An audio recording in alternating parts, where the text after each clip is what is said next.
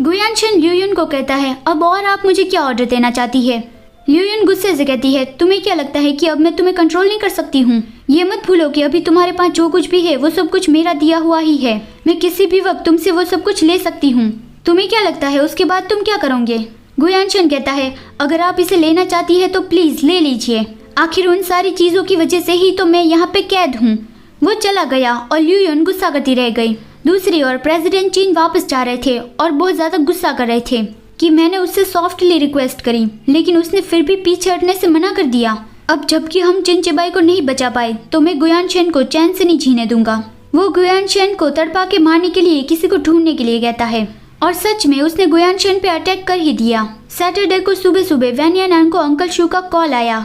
Van Yanan hospital में गया। Uncle शू को तो कोई उम्मीद नहीं थी कि वैन यानान यहाँ पे आ जाएगा। फिर वो वैन यानान को बता दे कि गुयानशन हर बार की तरह ही काम से वापस आ रहा था। वो अंडरग्राउंड पार्किंग एरिया में था।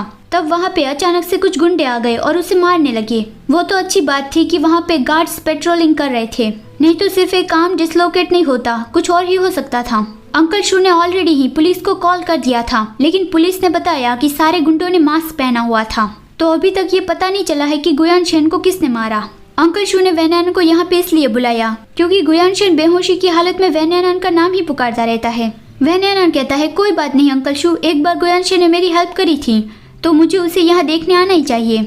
वैसे मॉम कहाँ पे है, मतलब आंट लियू कहाँ पे है?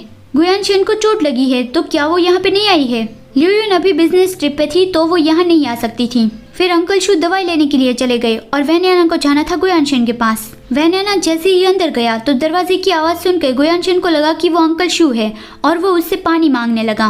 वैन यानान कहता है, ये मैं हूँ। तो गुयानशन तुरंत ही उठ गया कि नैनन तुम, लेकिन उठने की वजह से उसके हाथ में दर्द होने लगा।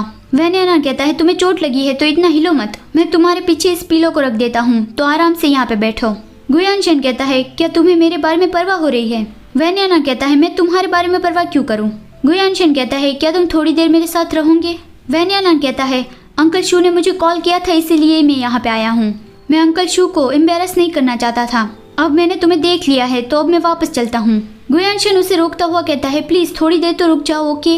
वैन यानान कहता है, नेक्स्ट वीक मेरा कॉन्सर्ट है तो मुझे प्रैक्टिस करने जाना ही होगा। तुम अच्छे से आराम करना, अब मैं चलता हूँ।